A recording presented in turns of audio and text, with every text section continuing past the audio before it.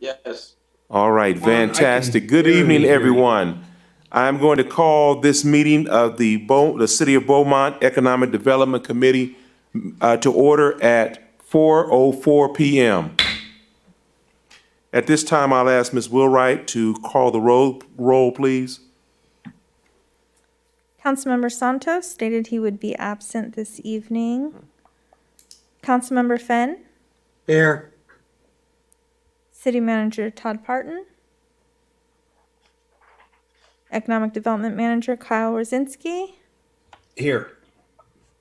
Member Ahmed, Yeah. Member Beneke. I think he was having some connection issues. Member Brown, Member Getka, I'm here. Member Copeland, Here. Chair Lawson, Present. Member Moran, Member I can hear Rader, him next door. I apologize for my boss, Rob Moran, but he's next door. I'll see if I can get him in. Member Rader. Here, you're muted, but I see you. Member Vince Here. and student Angelina Segovia. Alternate member Cassandra Samuel said that she would be absent this evening. Alternate member Fregoso. Not present. All right. All right, thank you, Ms. Wheelwright, and thank you for already providing information with regard to excused absences. At this time, I will humbly ask Member Vince if he would lead us in the Pledge of Allegiance, please. Yes. I pledge allegiance to the flag of the United States of America and to the republic for which it stands, one nation, under God, indivisible, with liberty and justice for all. Thank you, Member Vince. At this time, are there any adjustments to the agenda, Ms. Wheelwright? I have none. Thank you. Are there any conflicts of interest that we should discuss or disclose? Hearing none, at this time, we will then move on to public comment period. Do we have any public comments that need to be made? I have no written requests. Heather, do we have anyone on the line? No calls on the line. All right, thank you both. Let's see. With that, we will move on to a review and approval of the minutes. If you have the minutes and have had an opportunity to review them, I will entertain a motion, please, for approval. I motion. Second. It has been moved and properly second. At this time, we will ask Ms. Wheelwright to call the roll to approve the minutes. Councilmember Fenn, Yes. Manager Wardzinski, Yes. Member Ahmed, Here. Member Getka, Yes. Member Copeland, Yes. Chair Lawson, Yes. Member Rader, Yes. Member Vince, Yes.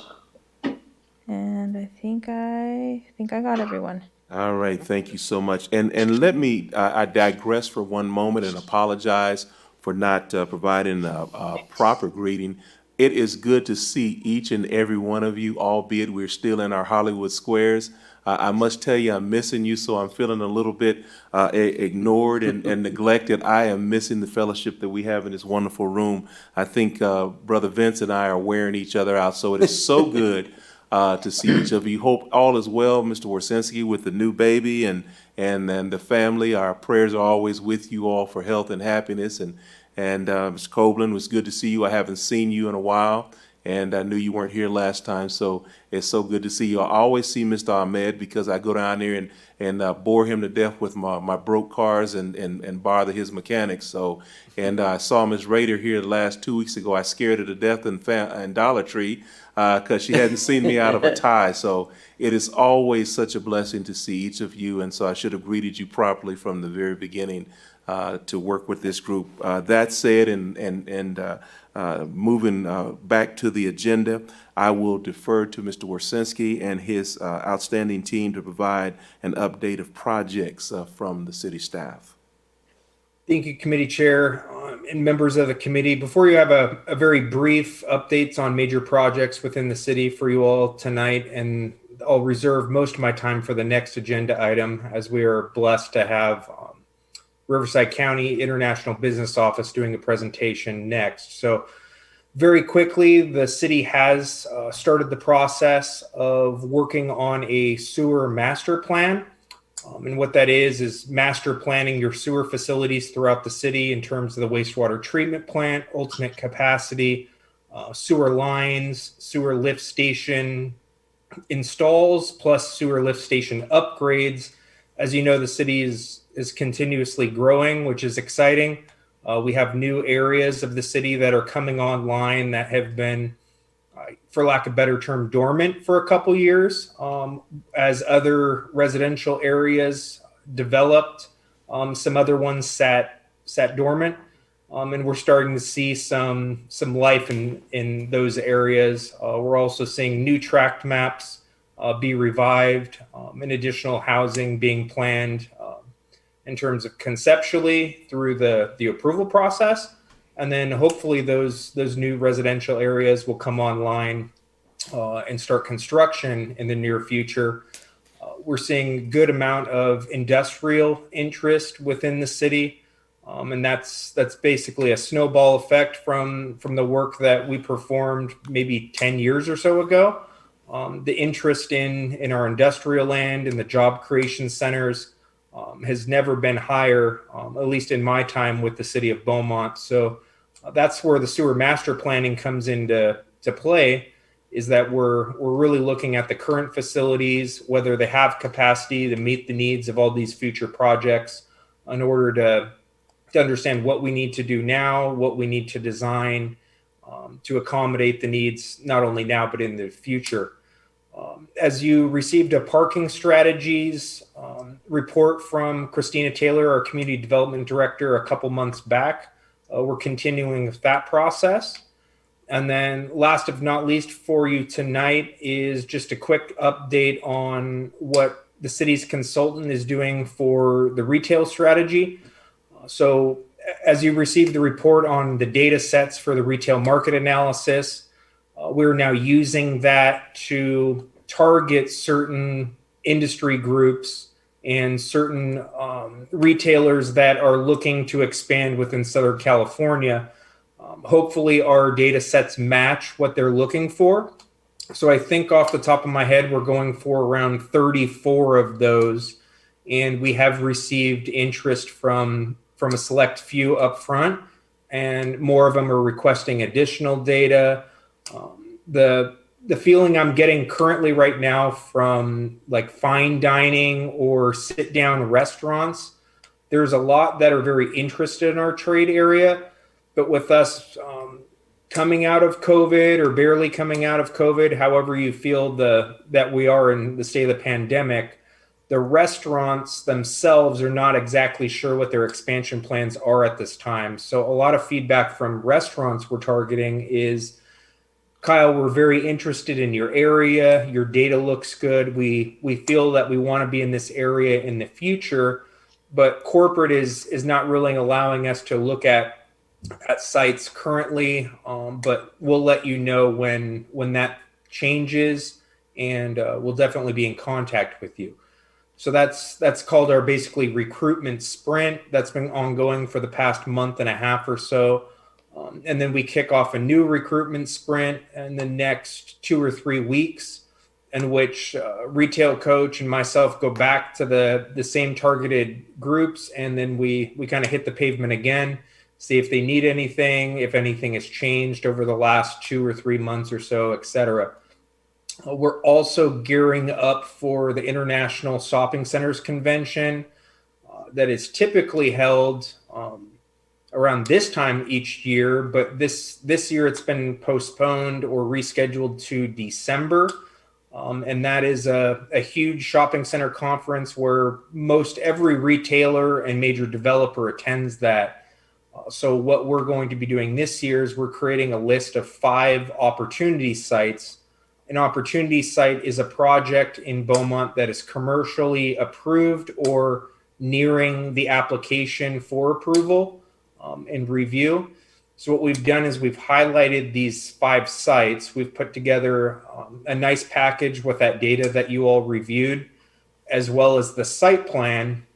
And if, for example, there's a project that has a building that's 15,000 square feet, we can look at those targeted retailers that we're looking at, figure out who needs something that's 15,000 square feet, and then directly market that site to them. So if they're interested in the city, we're now providing them a definite location, a landowner that they can now work with in order to either buy some land and build the building, or if the developer is looking for a lease, then the developer can build the building and then lease it subsequently to that retailer. So that's kind of what's going on now. We're getting an early start on that just because the time's right and we have a lot of things going on. So it's a perfect time to gear up for that conference in December. And that really concludes my report, unless the city manager would like to add any major project updates that I missed out on. I'm getting the thumbs up. So Chairman, I think we're done with this update. Thank you. Thank you, Mr. Warsinski. Do we have any comments or question of Mr. Warsinski of his team at this time? Do we have any questions or comments for Mr. Warsinski? I do have a question for Kyle. Are we working with some of these vacated landowner properties like in Beaumont, such as, I noticed Victor's Restaurant is no longer in business at the Market Center. Is the city working with the owners of these facilities and just seeing if we can help in any way bring in new business for them, for their location? Yes, Dave, that's a really good question.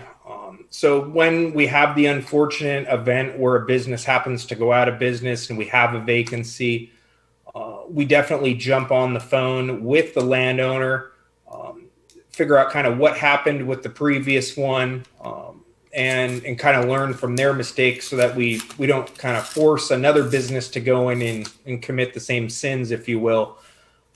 Now, the victors to answer that question directly, I've sent countless different restaurants or businesses there, but what we can't do is force the landowner to lease the building for cheaper than they want to do. So what it seems like to me on that specific vacancy is that we have a good sized suite that has a lot of upgrades in it. If you ever frequented Victor's before it was closed, it's pretty nice in there.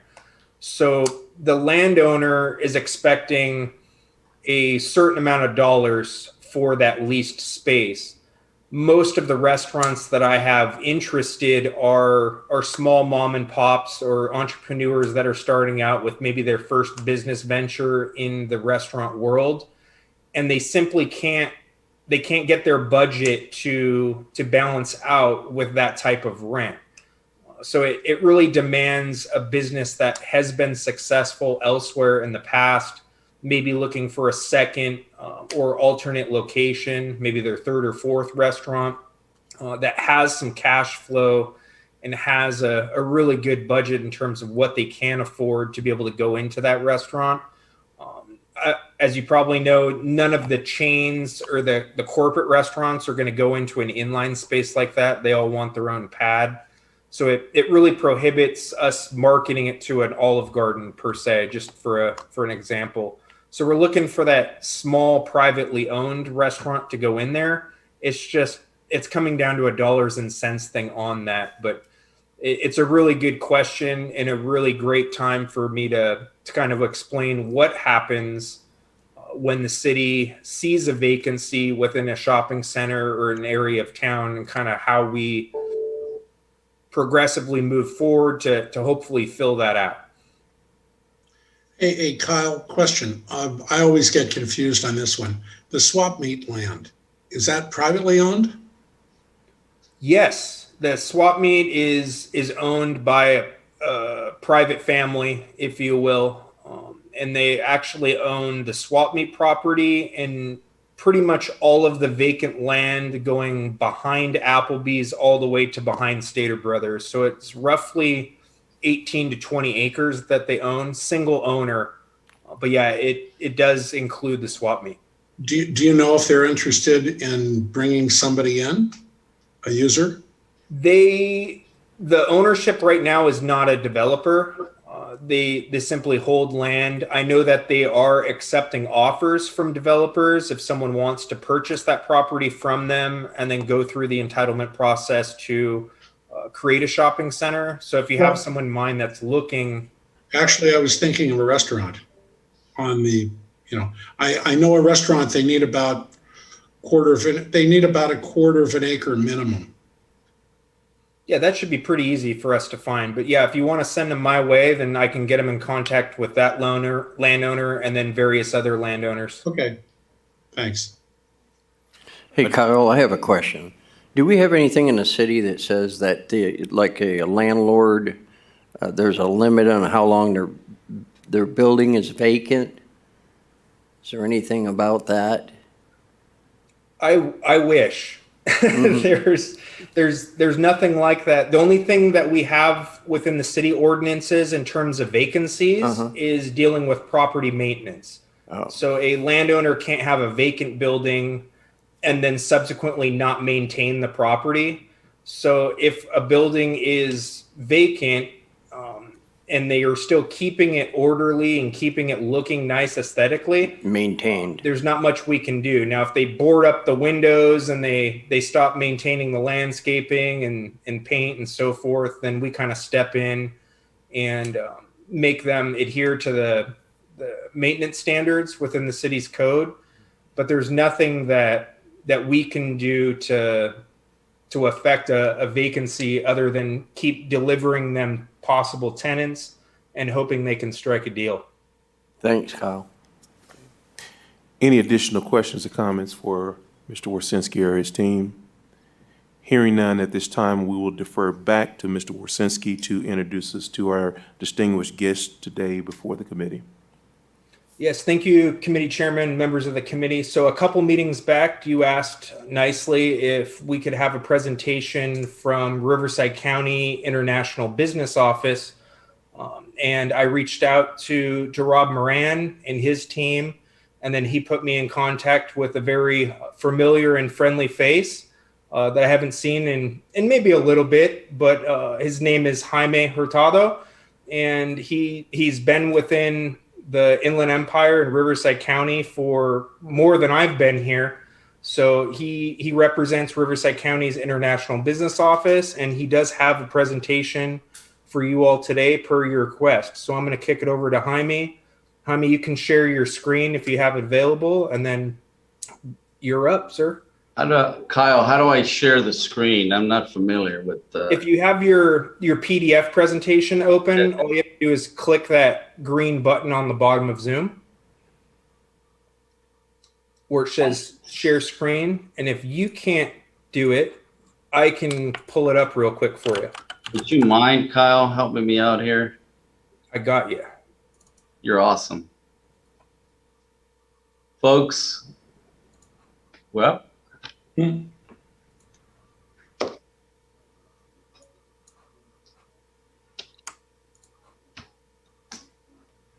well, so glad to be with you all. Thank you for asking the county to present.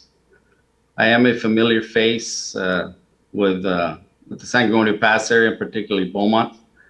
I've worked with a former county supervisor for 16 years, and I was blessed to have worked with him, and I'm blessed now for having to take on this new role and responsibility as a manager of the Riverside County International Business Office. And wanted to take a little bit of your time in presenting a little PowerPoint presentation we put together for you guys, so we can give you guys a brief overview. Just a little history. Riverside County is probably out of the 58 counties that I know of, and possibly out of the 3,000 counties in the United States, that an office like ours it's in existence. It's a very unique office. It got started when we were called the Riverside County EDA, Economic Development Agency, back in 1999. The Office of Foreign Trade came into being, and just recently, last year, we sort of transformed the Economic Development Agency into the Office of Community Services. And about a month ago, we changed again to the Office of Economic Development. So we are a division within the Economic Development Office here in Riverside County. We specialize in foreign trade, of course, international trade. And here, let me get going on my presentation. So just to get you guys familiarized with the county, we're located here in the heart of Southern California. The county itself is 7,200 square miles. There's 28 cities within the county, and we have a population of 2.5 million residents. Believe it or not, our median age is about 34 years. We have two main rail lines, UP and BNSF, and we are home to colleges and universities, 20 of them. So we train them. Fortunately, we got to keep an eye and put efforts in retaining the workforce. The Riverside Advantages is that we have direct access to a total market of 21 million people. We have proximity to airports, the International Airport, the Ontario Airport, Palm Springs Airport, and of course, at various transportation corridors, Highway 10, 60, 62, 215, 15. We still have a lot of vast amounts of undeveloped land available. That's what makes us attractive. We do have a qualified workforce, and we still have the affordable housing. Kyle, help me out on this. What's the average house nowadays cost? About $434,000, would you say, average? That's a pretty good. It looks like you did some research on that one. You're pretty spot on there. It used to be a little bit lower, but with the increased housing prices, I think our new ones are right in there at low 400s, mid 400s starting out. So it's good to sell. It's not good to buy, right? Yeah. We have some development economic sectors within the county, such as logistics. We're a logistics hub. We have various manufacturing facilities. We have construction, infrastructure, healthcare, tourism, and agriculture. You know, tourism alone, we, especially the Coachella Valley, relies a lot on the Canadians. They bring in about, we have about 300,000 Canadians visiting the Coachella Valley each year. And out of that, we get about 236 million in economic impact. And, you know, agriculture is also very important in the county. We ranked 14 out of 58 counties. We ranked 14. And believe it or not, the gross value of products that are produced in Riverside County is 1.3 billion. And then overall, the contribution to our economy in terms of agriculture is 3.9 billion, which is a very significant amount. One of the primary functions of our office is, and one of my lead responsibilities is to attract foreign direct investment. People from around the globe that want to come to Riverside County and establish business here.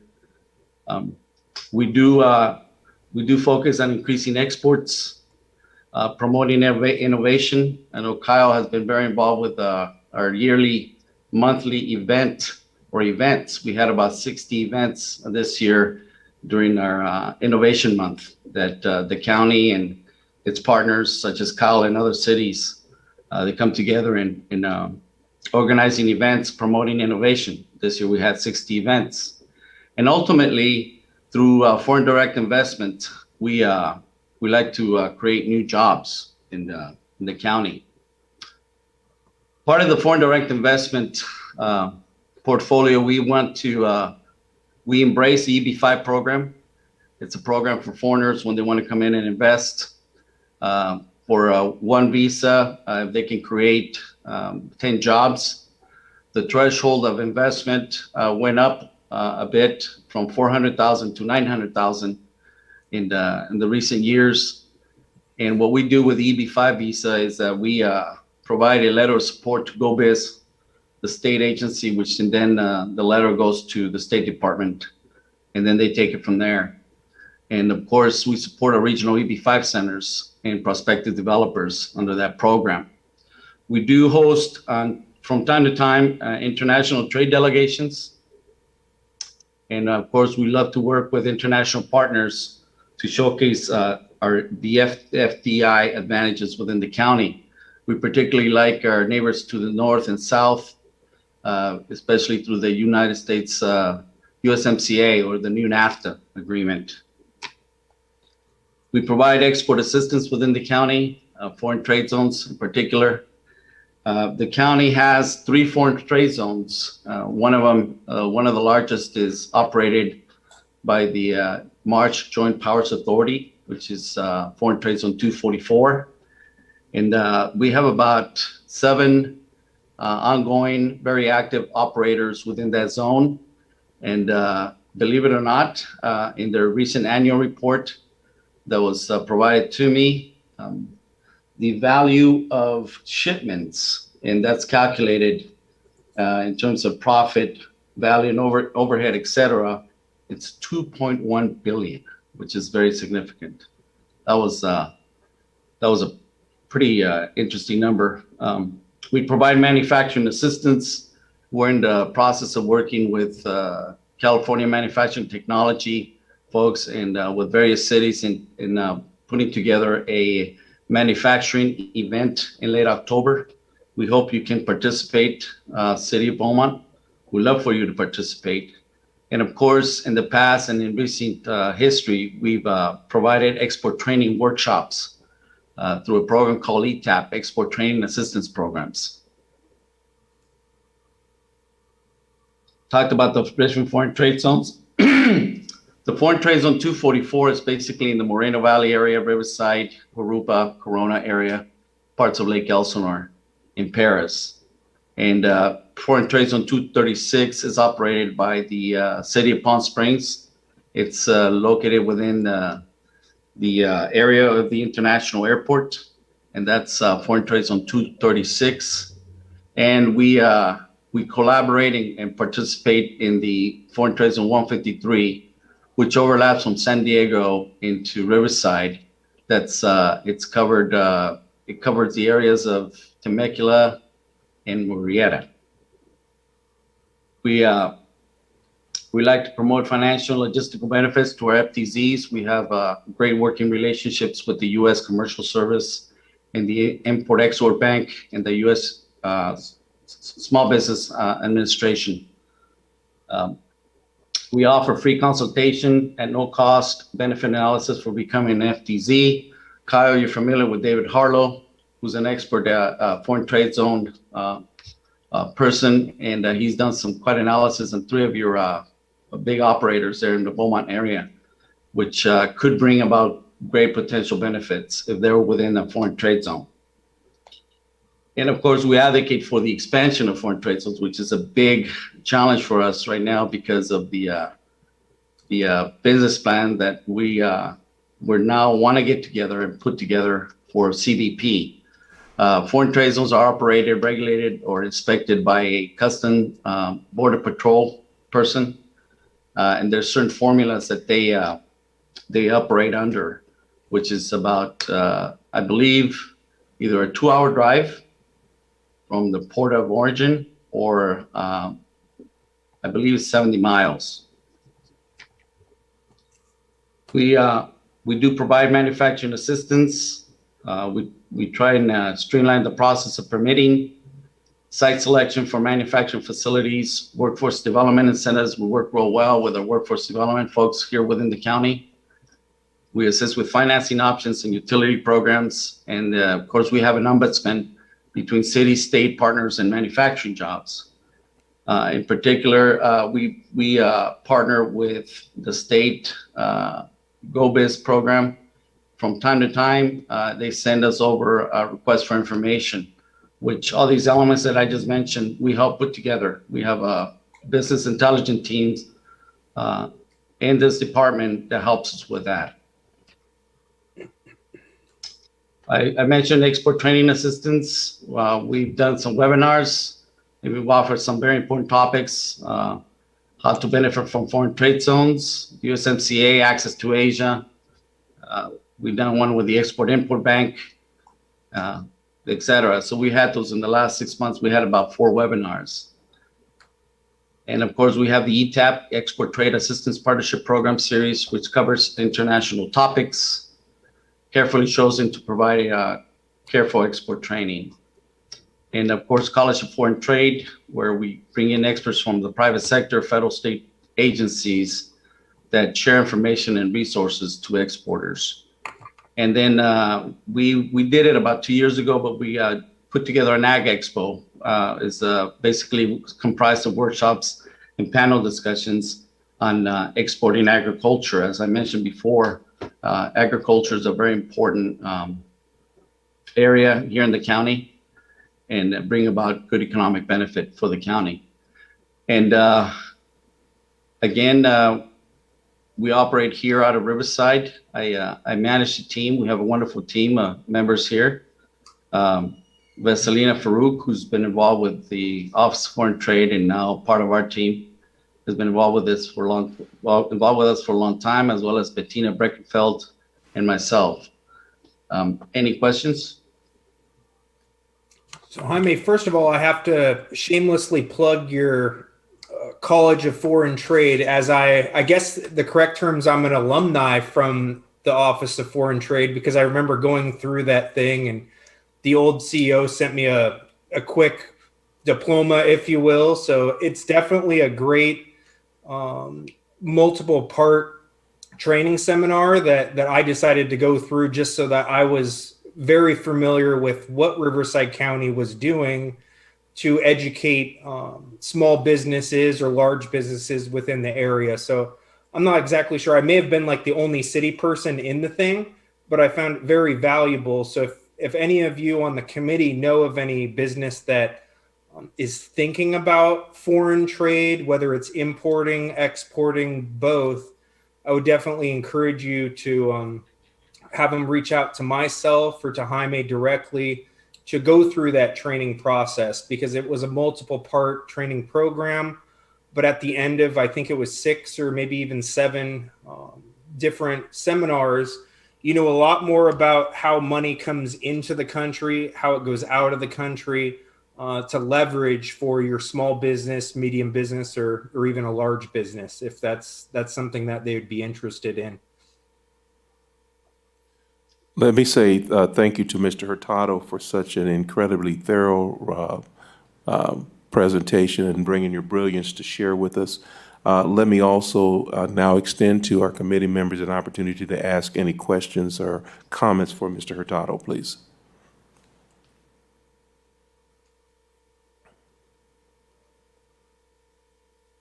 You covered it all. I like that. Any questions or comments for Mr. Hurtado? I do have a question, sir. Some of us on the committee here on the Chamber of Commerce of Beaumont, and would you be able to make this presentation available to our board members at one of our meetings? Can you provide that like in a PDF and just have us distribute that for you, or is that confidential information? No, it's public information. As a matter of fact, I encourage you to, Kyle, you have our website. Please feel free to share it. There's some more information in the website in detail. It actually has the archives of the past webinars and some good international trade quick facts. It talks about our mission. What else? It talks about links, very important links, local, regional, statewide, federal links that you may find useful. Great. Jaime, can you hear me? Yes. Oh yeah, this is Richard Beneke. you've been around a while, and I'm just kind of curious, from a trending standpoint, do you see any significance in some trends that may be moving in our direction with regards to either manufacturing, retail, et cetera, in the foreign arena, that we may be taking, that we as a city of Beaumont might take advantage of? I would, go ahead. Can I answer that? Yes. Richard, I would encourage you to keep looking at logistics as a very prominent business. I'll tell you, healthcare and electronics are on the forefront of what the demand is right now, especially it was during the pandemic. We are having some challenges with the supply chain. Some other ports of entry are backlogged a little bit on other supplies, but you definitely need to look at health, digital technology, aerospace, some construction, that kind of stuff. And then, of course, our exports. Our biggest trading partner, believe it or not, is Mexico when it relates to agriculture. Good. Yeah, I kind of surmised that, and I'm sure, we have we have quite a bit of land here, and I personally like to see our efforts, if we have any efforts, going after the electronics, the technology, stuff like that. I just kind of have a vision of our southern end here, where we're carving out a bunch of nice property up there in the foothills of a technology campus up there, so to speak. They call everything campuses these days, and have a technology campus up there would be perfect. Anyway, thank you very much. I appreciate you. Sure. Something else to consider is technical education, vocational education, in terms of getting our workforce, not only workforce ready, but getting ready for automation. It's very important. It's one of our next big things. We're actually going to do a webinar on automation. There's a fellow, I believe, out of Redlands that's going to be providing that. And I'll send Kyle some more information on that. And if you guys are interested, I would definitely encourage you to join in on that. Good. Thank you. Fantastic. Again, thank you. Are there any more comments or questions for Mr. Hurtado? Again, Chairman, then I have one more. go right ahead. So Jaime, if a business is looking at exporting, I saw the slew of different services that you guys offer. If any of us come across a business that's looking at doing that, should we have them simply call you or go on the website? Is it okay if they call you? Call me directly. I'm very accessible, either by email or a phone call. And I'd be more than happy to respond and get him to some help. Yes, absolutely. Perfect. So don't have them wait for the next webinar. Have them just call you, and they can figure out all the services with you directly. Yes. We are gonna put up a flyer on the website. We're gonna get David Harlow. He's a foreign trade zone specialist, in that particular area, that will be providing free consultations to you on the benefits of foreign trade zone and of course the foreign direct investments here in the county. And by all means, if you have any economic development questions for the county, Kyle knows how to get a hold of myself or Rob. We have a great team here dedicated to help you all. We don't consider ourselves a competing, but a partner, because your numbers are our numbers. Thank you. Thank you again very much, Mr. Hurtado, and then thank you, Mr. Warsinski, for bringing this presentation before the body. Hearing no other questions or comments at this time, we will move on to discuss topics for future agendas. Are there any recommendations for topics for future agendas? Any recommendation for topics for future agendas? One more. Any recommendations for topics for future agendas? Hearing none at this time, we will move on to the area of reports. Are there any reports from our committee members?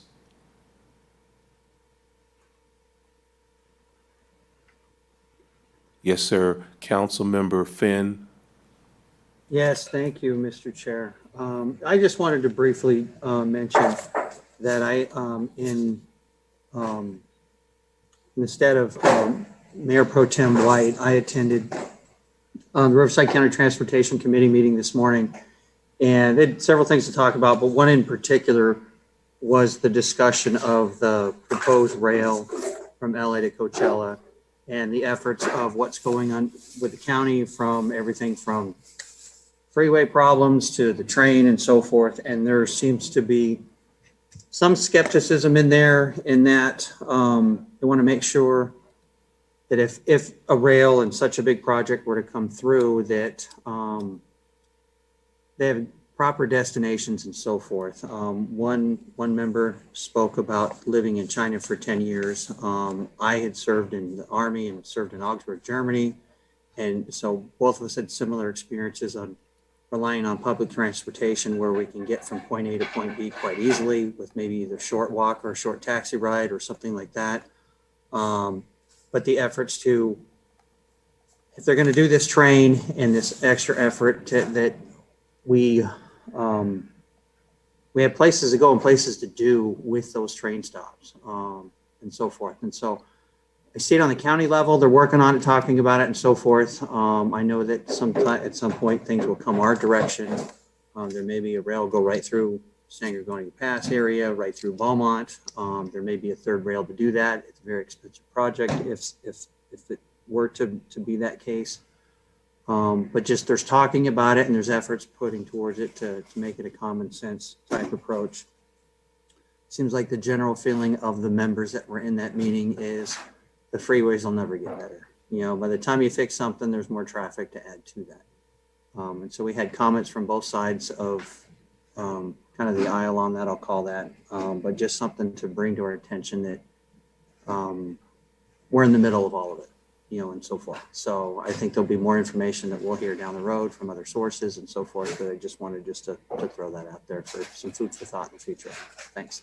Councilmember Finn, may I ask for just a point of clarification? When you refer to rail service, are we speaking in terms of Metrolink or are we speaking in terms of Amtrak? So they talked about Metrolink, but then they also talked about this particular Coachella, I'm calling it the Coachella train, I guess. Okay. But that would be a train that would serve passenger traffic from Los Angeles to the low desert, with it passing through the San Gorgonio Pass area.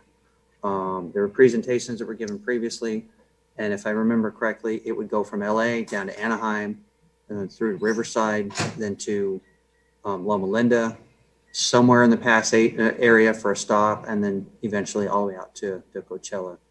But one disadvantage of the project, they talked about it would only have two-way runs, you know, per day.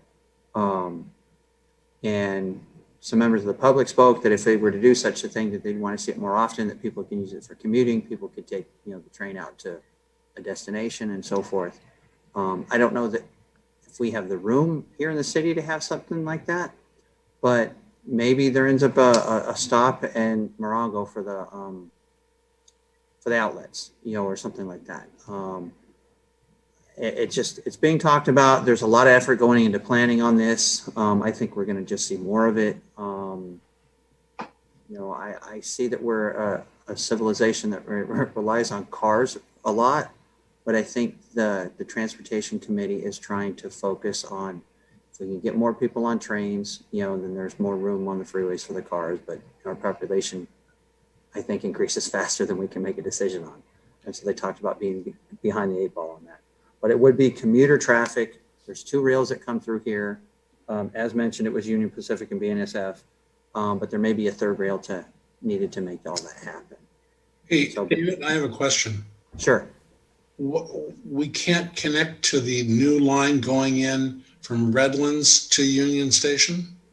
That's a different line. I don't know. I'm not an expert on it, but as I was on one of those meetings, I got on Google Maps. I started following where those train tracks went from from Redlands, and it looks like that track goes north through San Bernardino and then to LA It that does. direction. Yeah, my information, it's going to run 6 times a day between Redlands and San Bernardino, and twice a day Redlands through San Bernardino to Union Station. Okay. And then this other one would use the different rail system that runs to the south of Redlands through the Canyon and Loma Linda area and come through there, and using those either borrow time from the 2 existing tracks or have to put a third one in. So I'm just the new guy hearing this, and I'm like, wow, big project, a lot of money. Who's going to use it? And is there going to be enough ridership for it and that sort of stuff? But what's nice is there's other people asking those questions right now too. So it's probably got a projection date of 25 years. Oh, I'd imagine so. And then with other efforts, and if there is a rail that runs through, then maybe each city needs to look at, hey, does it make sense for us to connect to that? Like the bullet train to Northern California, a lot of cities want to stop along the way. Well, if you stop too many times, it's not a bullet train anymore. So I'm just kind of just shooting a flare up to say, hey, there's a lot of effort going into this right now. That's good. Thanks. Thank That's you all I have. Thank you so much, sir, for that update. Thank you for the information. Are there any other reports from the committee? Any other reports? I'm going to give Mr. Warsensi, go ahead. I have one. I know you're probably very tired of listening to me talk today, but I do want to give a brief update that if you're not aware, and you probably all are, that the new movie theater is open, showing feature films in Beaumont. So I promised you that when that thing happened, you guys would all know about it. You may have all already gone to the facility, and that's super exciting. But I do know that the committee, when it was formed, kind of was tracking the progress of this development throughout the many years it takes to get it approved and the tenants lined up and actually constructed. And now we have that facility open. So we're very happy about that. And I do want to give major props and kudos to my colleagues in the other departments that actually make the approvals and then the building and the construction actually happen. So I do want to thank my colleagues in planning, building and safety, public works, and in the fire marshal's office. Thank you, sir. Recognize Council Member Finn, please. Yeah, I just want to add to that. Kyle, I went to the movie theater yesterday. Very nice. The seats are very comfortable. But man, bring a sweater. That AC works good. It was a nice place.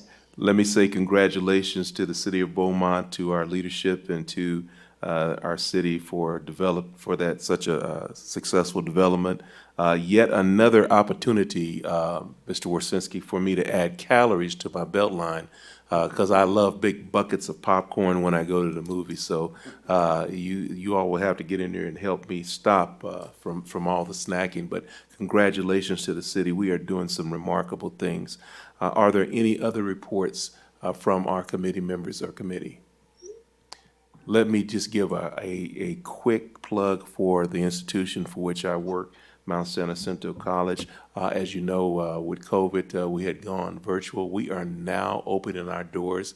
Our summer session is underway, and we have about 25% of our courses that are face-to-face. We look at about 80% going back face-to-face in the fall.